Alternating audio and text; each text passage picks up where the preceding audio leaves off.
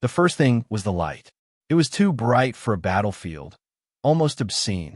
Midday sun splintered off the snowfields and hammered straight into pupils already blown wide with adrenaline. The pass was a shallow, ice-scoured valley between two ridges, the kind of place tourists might have taken pictures in another lifetime. Today, the only color in the white world was the black smoke, the dark shapes of armored trucks, and the sudden spray of red that kept appearing where it didn't belong. The convoy should have been moving, engines growling and treads chewing steadily forward. Instead, the line of trucks sat choked in the throat of the valley, pinned and shuddering as rounds ripped through them. Tracer fire stitched across the drifts, burning orange lines over the vehicles and chewing into the flimsy cover of doors and wheel wells. Snow exploded in little geysers everywhere a burst walked too low. The air rang with metal screams and frantic shouts, voices fighting to be heard over the constant mechanical roar of weapons.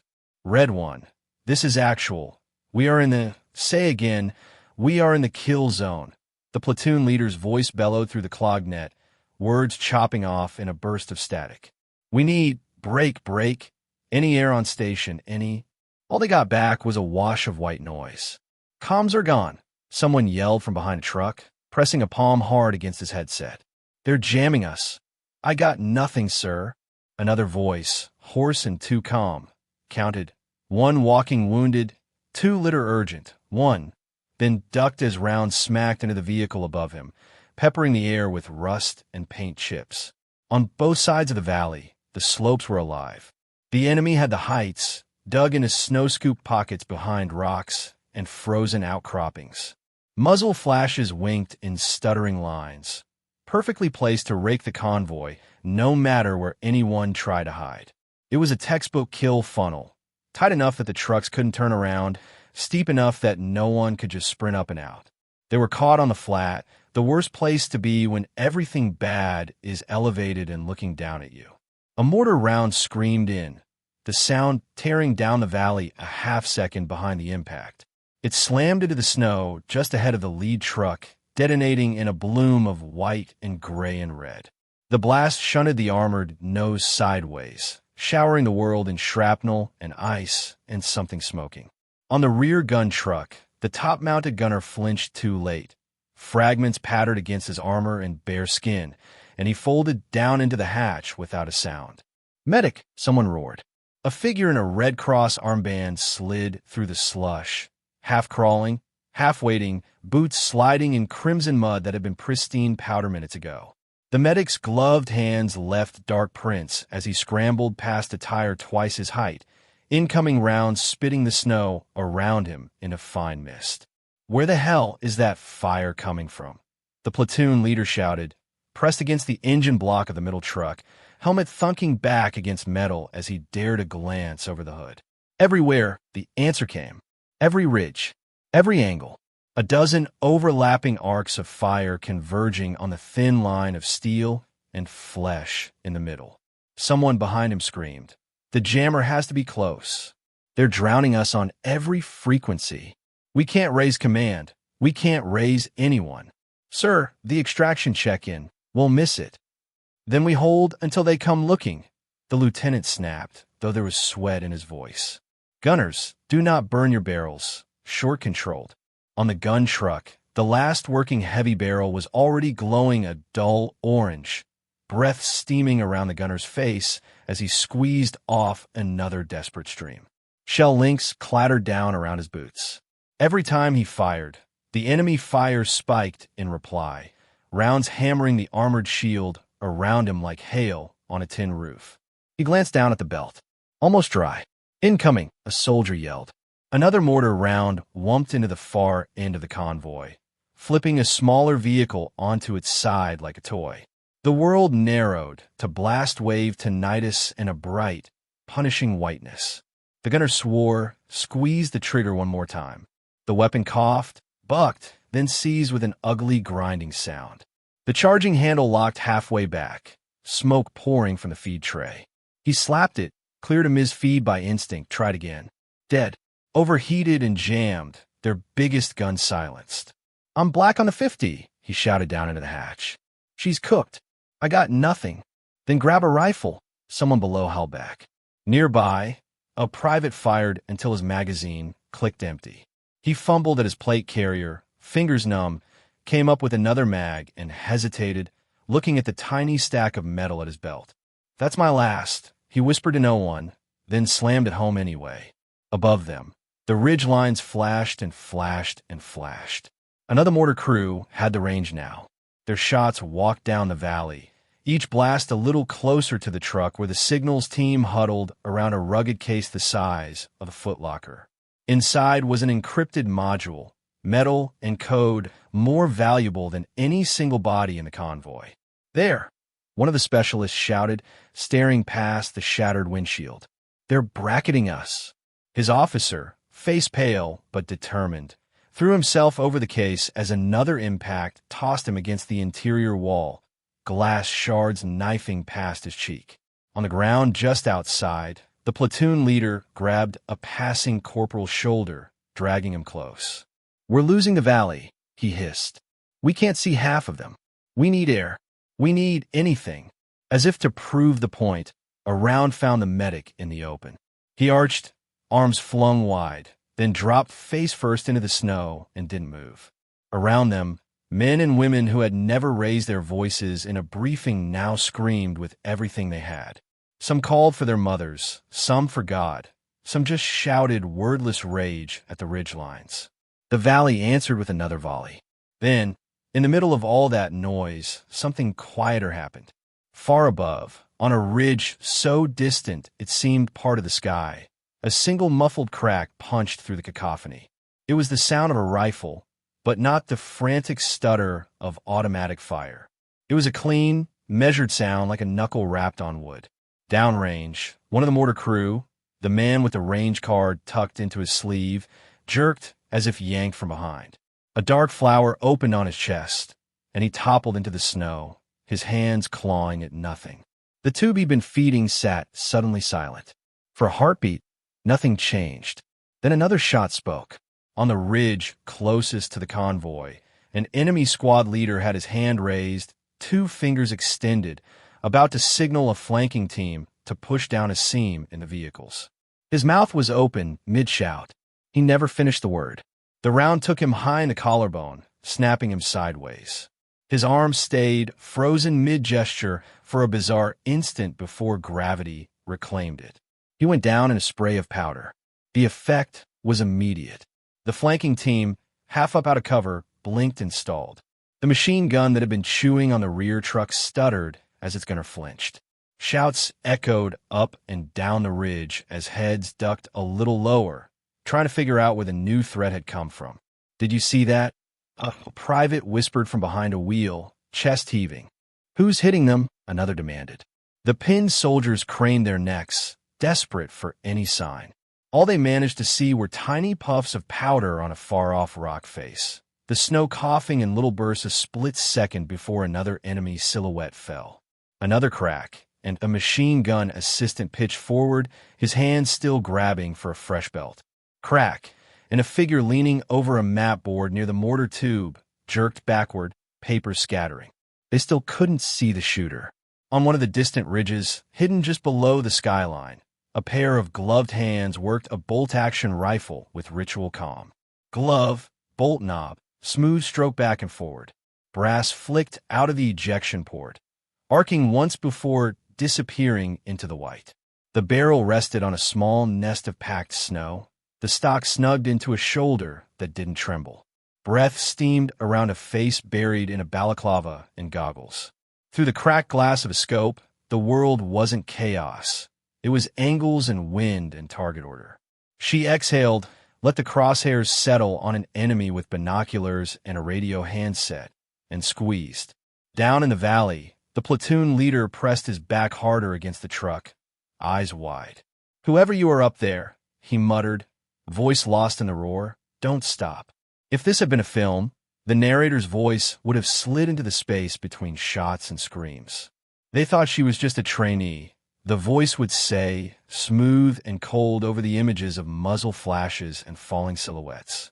Out here, in this pass, she was the only reason any of them walked away. Another casing rattled against the rock and tumbled into the snow. The world seemed to narrow until all that existed was that tiny spinning cylinder of brass. Sunlight caught it mid-air, flaring bright. Everything froze on that frame. The brass hung there, suspended an inch above the snow, reflecting fire and sky and the distant ghosts of the men she'd just killed. Then time snapped. The image of the brass blurred into the glare of a projector light, and text burned across the screen in stark, simple letters. 36 hours earlier. The roar of the ambush dissolved into a different kind of sound. Rotor wash over ice, generators humming, boots crunching through packed snow. The base camp clung to the edge of the mountains like something bolted on as an afterthought. Prefab huts sat hunched in shallow pits carved out of drifts, their metal sides streaked with frost. Antennas rose above them in a tangle of metal and ice, some of the dishes so rimed over they looked like frozen flowers. A helicopter lifted away from the landing pad, rotor blades chopping the thin air, sending a storm of snow swirling across the perimeter.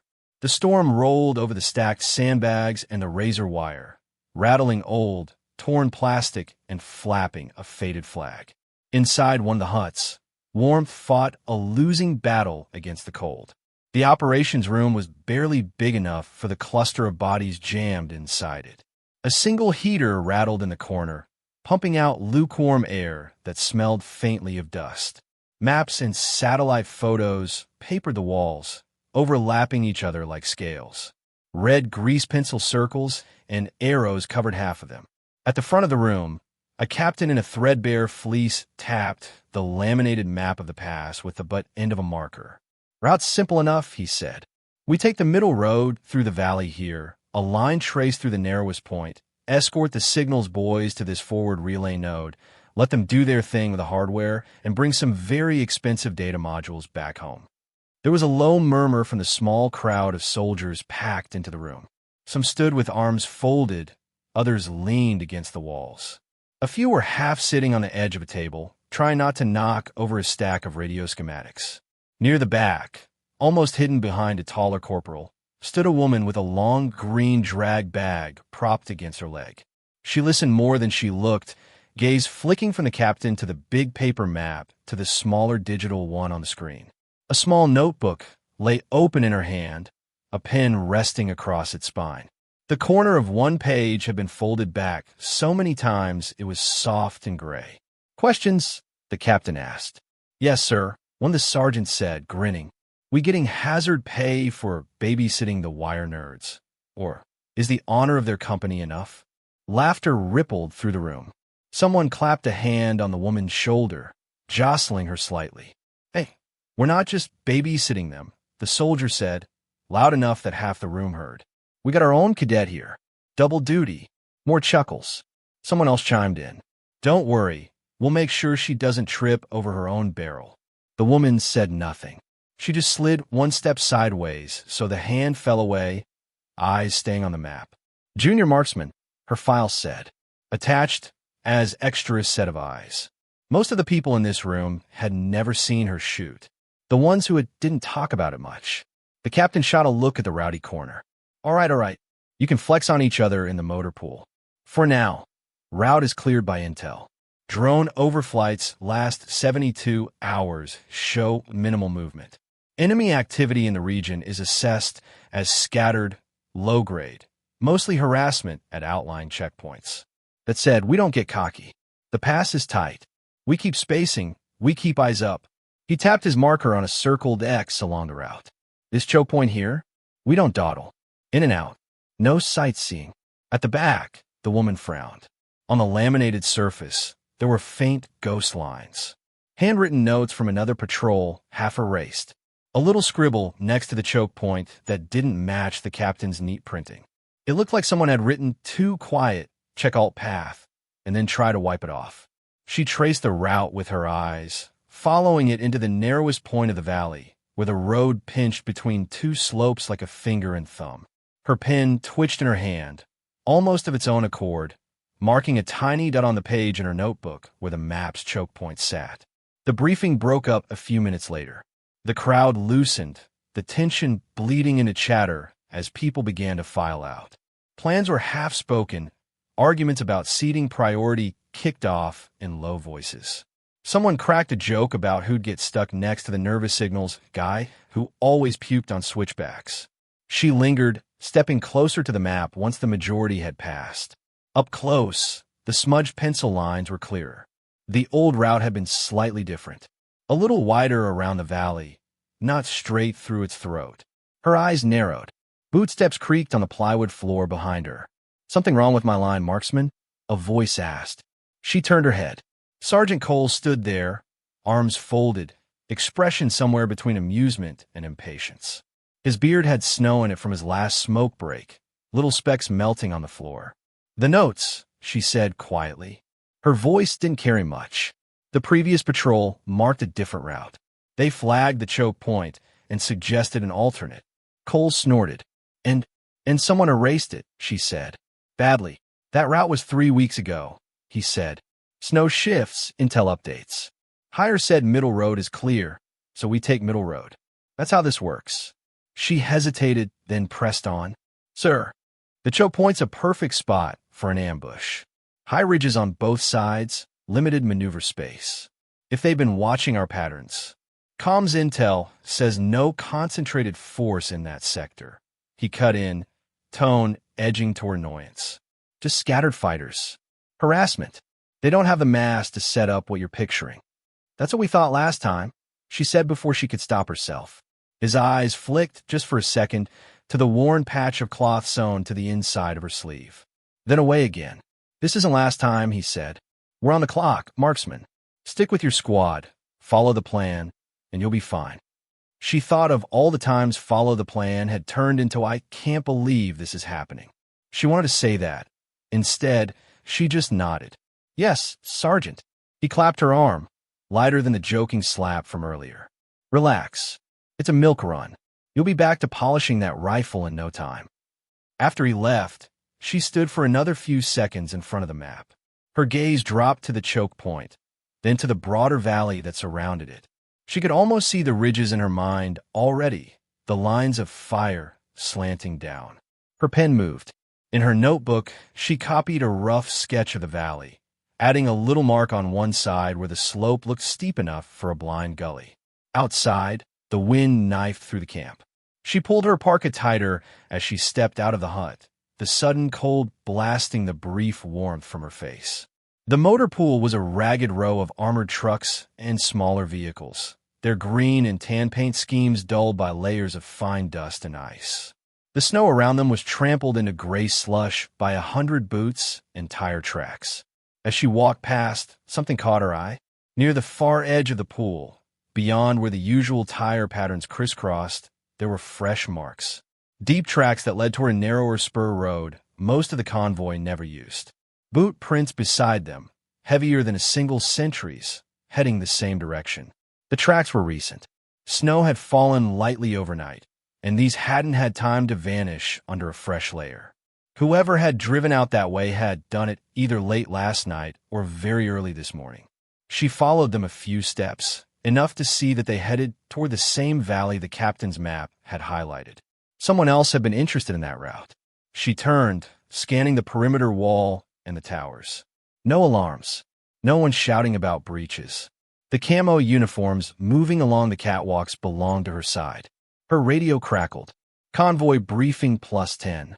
Get your gear and load up," Cole's voice said. She clicked her handset twice in acknowledgement, then trotted toward the armory tent. Inside, among the racks of rifles and stacks of ammunition cans, she found a quiet corner. She unzipped the drag bag, revealing the long, dark rifle inside. It had the scuffs of years on its stock, the tiniest worn patch where her cheek always settled. She field-stripped the weapon with practiced ease, checking every surface with fingertips that remembered flaws better than eyes did. When she finished, she pulled a small square of cloth from her pocket and turned it over in her hand. It was faded, the original color hard to guess now. The edges were frayed, one corner marked with a faint brown stain that had never quite come out. She brushed her thumb over it, remembering another valley, another long shot she hadn't taken, a teammate's voice cut off mid-sentence. She'd been faster since then. Colder, too. But the file had still stamped hesitation under moral stress in a way that never washed off. She folded the cloth and tucked it back under her sleeve. Outside, the convoy was coming alive. Signal specialists in heavy parkas rolled up cables and strapped down rugged cases. One officer, Captain Navarro, checked and rechecked the locks on the metal box that held the encrypted module. His breath fogged in steady bursts, the only sign of nerves in an otherwise rigid posture. On a snowy ridge far beyond the wire, unseen, two figures lay prone in white parkas that blended perfectly with the ground. One watched the base through a pair of optics, the glass dark and patient. "That's him," the observer muttered. The officer with the case. Beside him, a second man adjusted a small notepad, making marks on a sketch of the valley. "And they're taking the middle road," he said, satisfaction in his tone. "Just like before. Then we make sure they stay on it," the first replied. "Commander wants this one alive. The module, too. They get into the pass. We close it behind them." Down in the motor pool, soldiers joked as they tossed packs into the backs of trucks. "Last one back buys the first round," someone said. "You even seen a bar in this frozen rock pile?" Another shot back. She didn't join in. Standing by the rear truck, she unfolded a laminated wind chart and glanced at the current readings scribbled in the corner. The air was thin and dry here, the kind that made bullets fly a little differently. She adjusted some of the notes on her dope card with a stub of pencil. She could feel eyes on her. "You bringing the whole sniper school library there, cadet?" one of the gunners called, smirking down at her from his turret. "Just try not to miss," she said. He laughed. "Out there today, you'll be lucky to see anything but snow." She slid the chart back in her pocket and checked the backup optic clipped to her harness. It was cheap and ugly compared to the scope on her rifle, but it held 0. It was also the only spare. Before she climbed in the back of the truck, she paused at the hut door. The big map was still taped inside, flapping slightly in the draft. Her gaze found a valley one more time. She traced the route with her eyes, lingering on the choke point. Then she turned away and stepped up into the vehicle, boots echoing dully on the metal. Engines growled to life in succession. Exhaust billowed from tailpipes, blowing plumes of white into the air. The convoy rolled forward through the gate, past the last coil of wire, out onto the hard, pale road that led toward the mountains. Up on the distant ridge, the two watchers tracked them through their optics. When the last vehicle disappeared around a bend, the observer keyed a compact radio. "They're moving," he said. "Middle road confirmed. We'll be in position before they hit the valley." "Understood." A voice crackled back. "Remember the objective. Officer and module. Now massacre. We need them breathing." The convoy crawled deeper into the spine of the range. Snow banks grew higher, squeezed tighter by rock walls that rose on either side. The sky was a hard, brittle blue overhead, the sun a sharp coin of light. Inside the lead truck, the driver hummed tunelessly to stay awake. In the back of the third vehicle, the marksman pressed her shoulder against the cold steel, rifle across her knees. She lifted a small set of compact binoculars to the narrow firing port, scanning the slopes as they passed. Patches of snow looked strange, packs of hardened ice where there should have been loose powder. She saw a faint slide mark on one ridge, a smooth track like something heavy had been dragged or ridden down recently. On the radio net, a signals operator complained, "Getting some flicker on the band, sir." Weather must be kicking up some interference. The pattern in the static made her frown. Short spikes on specific frequencies, evenly spaced. Not random. "That's not weather," she murmured. "What?" The soldier next to her shouted over the engine noise. "Nothing," she said, already leaning closer to the firing port to get another look at the ridgeline. From a switchback above them, out of sight, the enemy command group watched the same valley from the opposite side. Their commander stood with his hands behind his back, coat flapping in the wind. Beside him, a radio operator listened to headsets and murmured confirmations. A technician knelt beside a compact jamming unit no bigger than a toolbox, checking cables and battery indicators. "They're in the throat," the radio operator said. "All vehicles committed. No rear guard outside the valley. Just like you wanted." The commander nodded. Good.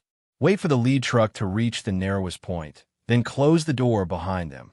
The technician's gloved fingers hovered over a switch. Jammer ready on your mark, he said. The lead truck rolled forward, tracks grinding on the icy road. Its nose crossed an invisible line between two rocks that looked no different than any others. On the valley floor, she felt it, the subtle tightening of space. The walls seemed closer, the sky narrower. She took a breath that tasted like old memories and cold metal. Something in her, the part that had been left behind in that other valley with the hesitation and the blood, whispered, "Not here. Not again." She opened her mouth to shout. The mountain answered first. The buried charge under the road went off with a deep, concussive boom. The shock wave kicked the lead truck sideways, its front end rearing up as if rearing from a blow.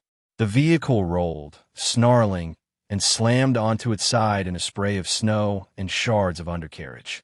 At almost the same moment, a second blast chewed a crater into the road behind the last vehicle. Its rear axle broke, the wheels lifting off the ground as the chassis sagged. The convoy was trapped between two smoking holes, boxed in with nowhere to go. The world erupted. Machine guns from both ridges stitched the length of the convoy. Rounds punched through windshields and door panels, whined off the pavement, ricocheted under vehicles to hit people who thought they were safe. In her truck, the marksman was thrown forward. The binoculars cracked against the firing port, leaving a spiderweb of glass and a sharp sting on her brow. She dropped them, hands already reaching for her rifle. "Contact! Contact!" a squad leader shouted in the cramped troop bay. "Dismount, dismount, dismount." They spilled out of the back like seed from shaken box, tripping over each other in their haste to find cover. The first one out caught a round in the abdomen, his breath bursting from him in a shocked grunt as he crumpled in the doorway. She stepped over him. Outside, the air was full of the sound of supersonic metal. Bullets cracked past her ears, snapped off metal, hissed through snow. She dove behind the front tire of her truck, snow burning through her gloves as she landed hard. "Eyes on," she yelled to herself, forcing her breathing slow. "Look first, then move." Machine gun fire poured in from the left ridge, from a cluster of rocks halfway up. Another team on the right slope laid down a crossfire that pinned anyone who tried to move between trucks. She spotted a flash of optics glint from a notch higher up, a sniper nest. Behind a fold of snow near the top, men scrambled around a dark tube. Mortar. She'd been right. Squad leaders tried to get organized, shouting area targets, designating sectors, but the radio net was a mess. "Break, we're taking," static swallow the rest. The platoon leader ducked behind the engine block of his truck, thumb jamming the transmit button harder as if that would help. "Any station, this is Falcon Actual. I repeat, this is a..." White noise screamed back at him. On the ridge, the technician flipped the jammer fully on. The compact unit hummed, a row of tiny lights blooming red. Somewhere in the valley, all the radios went deaf and dumb. "Increased output," the technician said. "They won't reach anyone now." The commander watched through his binoculars as the convoy dissolved into frantic movement. "Remember," he said, "we need the officer. And that box." The platoon's main gun truck tried to push back, the heavy machine gun barking up toward the ridges. It scored a few hits, a few silhouettes falling back with surprise flails. But the gunner was desperate, firing too long, the barrel glowing hotter and hotter. "Short bursts," someone screamed. The gunner didn't hear or couldn't obey. He kept the trigger depressed until the weapon choked on its own heat. The barrel warped, the action jammed. Smoke curled upward like something dying. "50's out," he howled. "She's done." The mortar crew above finished setting their tube. The spotter looked through his scope, then made quick corrections on his pad. "Drop, fire," he said. The first round landed short, kicking up a plume in front of the lead truck. The second overshot, exploding behind the convoy and showering the last vehicle with fragments. "Walk it in," the spotter said, calm as an instructor on a range. Near the middle of the line, the signals truck shuddered as another near hit rocked it. Inside, Captain Navarro was thrown against the case he guarded. The impact gouged a line of blood across his forehead, and he went down on one knee, fingers still tight on the metal. "Sir," one of the specialists yelled, grabbing his arm. "I'm fine," Navarro grunted, though his eyes were unfocused. He pulled the case closer, nearly hugging it. "This doesn't leave our hands. Do you understand?" Outside, the marksman saw the mortar tube swinging their way. Her squad was ordered to hold a close perimeter around the trucks. Cole shouted for them to form a 360, to cover the gaps, to keep their heads down. She disobeyed just a little. Instead of hugging the truck side, she crawled forward a few meters, using the vehicles themselves as stepping stones of cover. From a low wedge between two wheels, she could see more of the slope. Sniper nest at 1 o'clock. Machine gun team at 11. Second machine gun at 2. Mortar behind the sniper and a little to the right. At least one team moving lower along the right ridge, trying to get angle on the signals truck. The whole pass had turned predatory around them. Another mortar round slammed into the snow near the signals truck.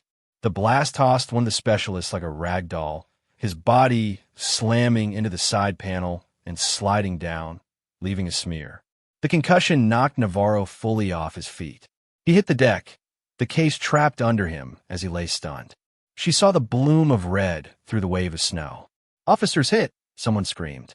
They dragged Navarro behind a wheel well, his blood dripping onto the white ground, staining it in patterns that would be there long after the bodies were gone. She crawled to them, rounds whipping past overhead, punching into the rubber and steel above her. Navarro's hand was still clamped on the case. His eyes fluttered open, unfocused. He grabbed her sleeve. "If they get close," he gasped. "If capture is imminent, there are protocols. You know what I mean." She did. Destroy the module rather than let it fall into enemy hands. Even if that meant killing anyone too near when the charges went off. "I can't reach command to get confirmation," he whispered. "Can't get any word from higher. If it comes to it, it's on you. You're the only one here who can make that shot from the outside."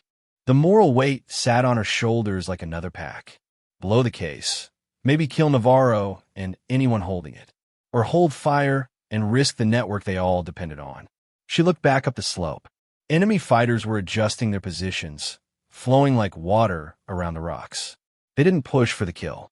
Instead, they stayed at range, hurting the survivors, pinning them where they wanted them. On the right, two figures edged lower, using dead ground, moving with deliberate care toward the signals truck. Restraints dangled from one of their belts. The other had a compact camera harness clipped to his chest. This wasn't just a hit. It was a grab. Her chest tightened. Memories of grainy videos from other wars, officers on their knees in front of flags that weren't theirs, broadcast over stolen frequencies. She would not see Navarro in one of those. "Ammunition," someone shouted, panic threading through the word. "I'm on my last mag. Share what you can." Cole roared back. "No one dies with full pouches." They were burning through rounds too fast. The heavy gun was out. Mortars were walking closer with each fall. Visibility was starting to change. A wind rose, brushing wisps of fine snow across the valley. The clear air began to become a shifting mesh of white, hiding and revealing shapes in stuttering flashes. The platoon leader checked his watch, huddled behind his truck. This was supposed to be the time they checked in with overhead assets, confirming convoy status and clearing the route behind them. Instead, his radio was a hiss. If command didn't hear from them, they'd assume the worst, or assume nothing at all and move on. Time was becoming its own enemy. He looked over at Navarro's position, saw the blood, the struggling medics, the case. He looked up at the ridges, at the mortar flashes. They were outgunned, outpositioned, and being squeezed by the clock. The marksman low-crawled back to her previous position, mind racing. Every instinct screamed that if something didn't change, if some angle didn't flip in their favor, this valley would become their grave. Enemy firing points. Mortar. Sniper. Machine guns. Flanking team. Her gaze traced the ridgeline, searching for anything that wasn't flat, anything that broke the smooth slope. There, a narrow gully, a steep chute cut into the rock, half hidden from the main enemy positions. It ran up from the valley floor to a shelf that overlooked the primary enemy line. It was nearly vertical. Exposed. The kind of climb you did only if you had a death wish. She knew she had to take it, but not yet. Not without a plan. Not without understanding exactly what she needed to do when she got there. Far above, the future version of her had already made the climb, already dug her elbows into the snow and focused on the mortar spotter, the sniper, the jammer operator. Already saved lives with each measured squeeze of the trigger. Down here, in the present of that moment, she was still on the valley floor, snow burning her palms, a squad leader shouting in her ear, a wounded officer bleeding on the ground, and the weight of a decision she hadn't taken yet pressing on her chest. The mountain had turned predator. If anyone was going to walk back out of its jaws, she was going to have to do something no one expected from a woman they still joked about, as if she were on her first deployment. They could call her a cadet if they wanted. When she started climbing, she would not be one.